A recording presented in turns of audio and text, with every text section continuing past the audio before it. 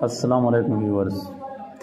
Mathematics class 10th की geometry का जो चैप्टर नंबर 13 है, हम उसकी लास्ट एक्सरसाइज रिव्यू एक्सरसाइज के आज MCQs हल करने जा रहे हैं। ठीक है, इनको बड़ी डिटेल के साथ हम 1 बाय 1 बड़े एक कंसेप्ट के साथ इनको क्लियर करेंगे। अभी तक अगर आपने चैनल को सब्सक्राइब नहीं किया तो चैनल को ज़रूर सब्सक्राइब कर लें और आपने जो है वो बेल आइकन को भी ऑल पर सेलेक्ट कर लेना है। तो पहला क्वेश्चन क्या कहता है, पहला क्वेश्चन आपके सामने है। पहला क्वेश्चन नंबर 1 क्या है, at the end of the each question 4 circle are given, fill in the correct circle only. सिर्फ आपने ओनली करेक्ट सर्कल को फिल करना है। नंबर 1 क्या कहते हैं, the measure of the external angle of a regular hexagon is. Regular hexagon का जो एक्सटर्नल एंगल होता है वो कितना होता है। तो इंटरनल एंगल चूंकि पूरा हेक्सागन एक पूरा चक्कर काट कर आती है, ठीक है। जैसे आपके पास लेट्स सपोज जो है, मैं आपको इधर से ऐसे समझाता हूँ, ठीक हो गया। तो क्योंकि हेक्सागन है तो हेक्सागन के चूँकि आपके पास क्या होते हैं, लेट्स सपोज मैं इधर से ले रहा हूँ, इधर से आगे इसको, तो कितने हो जाए 6, ठीक हो गया। यानी इस तरह समझ लें, ऐसे हो जाएगा, फिर आपके पास ऐसे होगा, फिर ऐसे होगा, फिर ऐसे होगा, फिर ऐसे होगा। तो यहाँ पे कितना होगा, देखो 1 2 3 4 5 6। तो कितने हेक्सागन के कोने हो गए 6। तो अब इन 6 कोने में से हर एक एंगल जो है वो रेगुलर है, यानी सेम है, साइडें सेम है, तो लिहाजा एंगल भी सेम होंगी। तो हर एक एंगल ये वाला कितने का होता है, क्योंकि अगर आपके पास टोटल एंगल देखो कितने हैं, 360 डिग्री का एक साइकिल पूरा हो गया ना, यहाँ से घूमते घूमते वापस इधर आ गया। तो 360 के ऊपर हर इसकी साइड कितनी हो गई 6। तो 6 को आप डिवाइड करें तो आपके पास ये कितना बन जाएगा, ये इंटरनल एंगल जो है वो आपको देगा कितना आ जाएगा 6 6 और 36 60। तो ये आपके पास इंटरनल एंगल जो होगा वो हो गया 60 डिग्री, ठीक हो गया। तो इंटरनल अगर हर एक एंगल 60 डिग्री है तो टोटल ये 1D है पूरा। तो अगर ये 60 है तो बाकी टोटल 180 होते हैं, 180 में से बाकी इधर कितना बचेगा 120 डिग्री। तो इंटरनल हो गया 60 डिग्री। ये आपने याद रखना है कि इंटरनल जो है एंगल हेक्सागन का 60 डिग्री है, जबकि एक्सटर्नल आपके पास कितना है 120 डिग्री है। तो ये आपके पास क्या है, एक्सटर्नल एंगल जो है वो कितना हो गया जी 120 डिग्री, ठीक हो गया। तो 120 डिग्री। अब आपके पास जो ऑप्शन थे अगर आप इनको ज़रा देखें तो मैं इधर रख लेता हूँ। ऑप्शन में अगर आप देखें तो हमारे पास π/3 पाई में ऑप्शन गिवन है। तो अब मैं ज़रा इसको पाई में सॉल्व करने की कोशिश करता हूँ 120 डिग्री को। तो हमें पता है कि हमारे पास जो 2 पाई रेडियन होते हैं वो कितने के इक्वल होते हैं 360 डिग्री के। अब हमने चूँकि एक्सटर्नल 120 है तो इसको 120 में कन्वर्ट करने के लिए किस पे डिवाइड करूँ तो 120 बनेगा। देखो अगर मैं इसको 3 पे डिवाइड कर देता हूँ बोथ साइड्स, तो देखो ये कितना होगा 3 1 3 2 6 और ये 120। यानी हमारे पास 2 π/3 जो है वो किसके इक्वल होता है 120 डिग्री के। तो अब आपके पास यहाँ पे जो ऑप्शन है इनमें से π/3 ऑप्शन है। तो हमारे पास जो क्या था, आपके पास जो ऑप्शन हमारे पास आ रहा है वो कौन कौन से हैं, इधर आपके पास क्लियर नज़र आ रहा है। वो ऑप्शन कौन कौन से हैं, π/3 तो हमारे गलत हो गया, π/4 गलत हो गया, π/6 गलत हो गया, नन ऑफ दीज। तो अगर आपको नन ऑफ दीज की जगह पे वो आपको दे देता है 2 π/3 तो फिर ये करेक्ट होगा, मैं आपको कह रहा हूँ, ठीक है। ऐसे उसके लिए आपने तैयार रहें कि 2 π/3 होगा। लेकिन अभी फ़िलहाल आपके पास कौन सा ऑप्शन ठीक है, नन ऑफ दीज जो है वो ठीक है, क्योंकि अभी 2 π/3 वाला हमारे पास ऑप्शन नहीं है। अच्छा, अब आगे जाते हैं। क्या कहते हैं, tangents drawn at the end of the points of the diameter of a circle. Let हमारे पास कोई एक सर्कल है, ठीक है। यहाँ आपके आपको नज़र आ रहा है, दूसरा मैं इसके क्वेश्चन सॉल्व कर रहा हूँ के पास देखें, ये हमारे पास एक सर्कल आ गया, ठीक है। और सर्कल का डायमीटर वो होता है जो उसके सेंटर से पास होता है। तो ये उसका सेंटर हो गया, तो सेंटर से मैं एक डायमीटर ड्रा कर लेता हूँ, ठीक हो गया जी। तो ये हो गया मेरे पास डायमीटर। और आपको पता है कि डायमीटर या जो ये रेडियल सेगमेंट है इसके ऊपर आपके पास क्या चीज़, जो टेंजेंट ड्रा करते हैं वो टेंजेंट परपेंडिकुलर होता है। टेंजेंट क्या होता है, इसके ऊपर परपेंडिकुलर होता है। तो लिहाजा आप जो है आप क्या कर लें, इसको साथ इसको, ठीक है, फिर से ज़रा सही लगा लेते हैं। ये हो गया परपेंडिकुलर ड्रा कर लेता हूँ मैं। इधर आपके पास 90 डिग्री,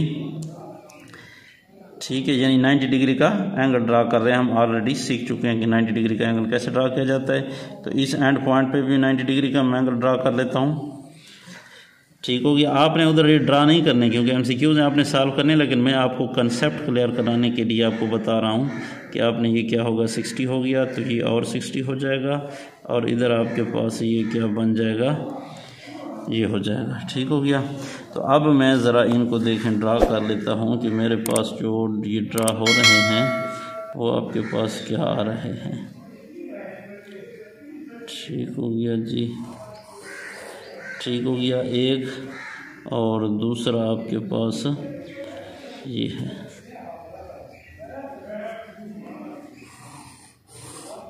ठीक हो गया। अब अगर आप इन दो को देखें, ये भी आपके पास क्या है, डायमीटर के ये एंड पॉइंट है, ये दूसरा एंड पॉइंट है, ये उसका सेंटर ओ हो गया, पॉइंट ए हो गया, ये बी।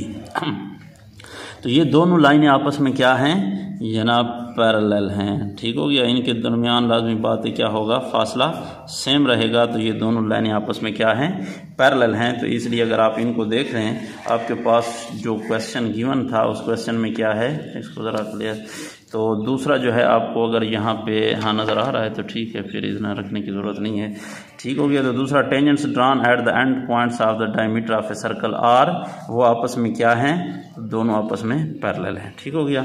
अच्छा, तीसरा क्या कहते हैं कि how many tangents can be drawn from A point outside the circle. Let suppose अगर आपके पास कोई एक सर्कल है और उसके आउटसाइड भी आपको एक पॉइंट गिवन है। लेट सपोज मैं कहता हूँ ये हमारे पास एक सर्कल है। ठीक हो गया। उसका सेंटर ये हो गया और इससे पॉइंट बाहर अगर कोई एक ये गिवन है तो लाजमी बात है, देखो इधर से जब मैं एक एंड पॉइंट के ऊपर एक पॉइंट, लेट्स सपोज ये पी है, क्यू है, इस पॉइंट से जब मैं इधर एक टेंजेंट ड्रा करूँगा और इस पॉइंट से फिर दूसरी तरफ भी तो उसी सर्कल के ऊपर टेंजेंट ड्रा किया जा सकता है। तो अब देखो, अब अगर मैं इससे ऊपर करता हूँ तो वो टेंजेंट नहीं होगा क्योंकि सर्कल को टच नहीं करेगा। इस तरह अगर नीचे करता हूँ तो इधर भी टच करेगा, इधर भी दो पॉइंट पे फिर भी टेंजेंट नहीं होगा क्योंकि टेंजेंट वो होता है जो टच करता है सर्कल को on one and only one point पे।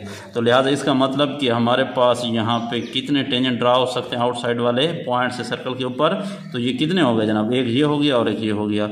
तो दो सर्कल जो है वो ड्रा हो सकते हैं।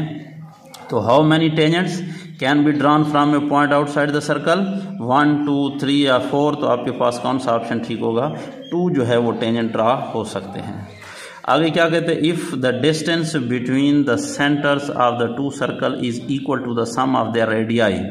ठीक हो गया। जितना उनका रेडियस का सम बनता है उनके सेंटर के दरमियान फासला उतना है, तो देन द सर्कल्स विल, तो वो सर्कल क्या करेंगे। तो देखो अब मैं आपके पास क्या कर देता हूँ, इसको ज़रा इधर ही कोशिश कर देता हूँ कि सॉल्व कर दूँ आपके सामने।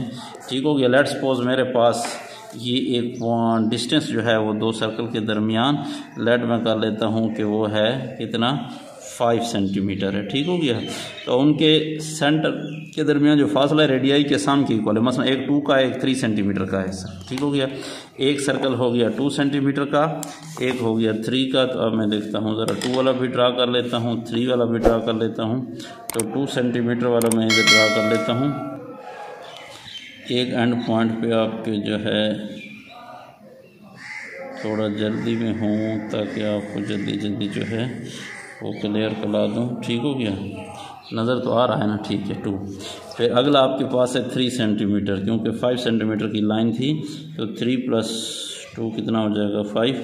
तो यहाँ पे आपके पास ये हो गया ये, तो ये आपके पास, एक मिनट सही जगह पे रखने दें।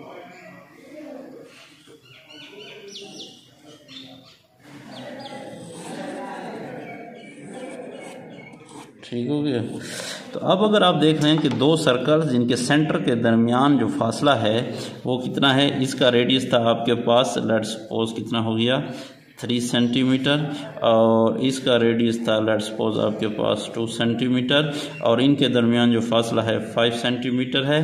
तो ये दोनों एक दूसरे को क्या किस तरह टच कर रहे हैं, एक्सटर्नली टच कर रहे हैं। तो हम क्या कहेंगे भाई, इंटरनली क्या होता है, इंटरनली वो होता है जो उसके अंदर से आए। मसलन 2 सेंटीमीटर वाला इस तरह का अगर सर्कल होता, जैसे ये सर्कल है ना ये, ठीक हो गया। अब ये है 2 सेंटीमीटर वाला, ठीक हो गया। अब अगर 2 वाला इस तरह से होता, ये वाला, ठीक हो गया। तो ये उसको क्या कर रहा है, इंटरनली टच कर रहा है, ये याद रखें। ये क्या है, ये इंटरनली है, उसके अंदर था। लेकिन ये तब हूँ जब एक दूसरे के अंदर हूँ और उनके दरमियान जो है क्या कहते हैं, अंदर से टच कर रहा हो तो इंटरनली होता है। तो अब हम क्वेश्चन की तरफ आते हैं। क्वेश्चन क्या कह रहा था कि if the distance between the centres of the 2 circles is equal to the sum of their radii, उनके सेंटर के दरमियान फासला दोनों के रेडियस के सम के इक्वल है। 3 + 2 5, सेंटर के दरमियान फासला भी 5। तो देन देयर सर्कल विल, वो जो सर्कल होंगे क्या करेंगे, इंटरसेक्ट नहीं कर रहे, इंटरसेक्ट काटता हुआ है, एक जगह से काटेगा फिर दूसरी जगह से भी बाहर निकलेगा, एंटर भी होगा फिर बाहर से एस्केप भी होगा। फिर डू नॉट इंटरसेक्ट या टच ईच अदर एक्सटर्नली या टच ईच अदर इंटरनली। तो कौन सा ऑप्शन ठीक है आपके पास, टच ईच अदर एक्सटर्नली, वो बाहर से एक दूसरे को टच करेंगे। तो आगे वाले क्वेश्चन जो है वो इंशाल्लाह उसके बाद ही साथ में करेंगे। अगर आपको फिर भी कोई मसला हो तो कमेंट सेशन में अपनी राय का इजहार ज़रूर करें, कोई क्वेश्चन हो तो वो भी पूछ सकते हैं। अगर आपने चैनल को सब्सक्राइब नहीं किया तो ज़रूर सब्सक्राइब कर लें। देखते रहें इल्मी लोग। अल्लाह हाफ़िज़।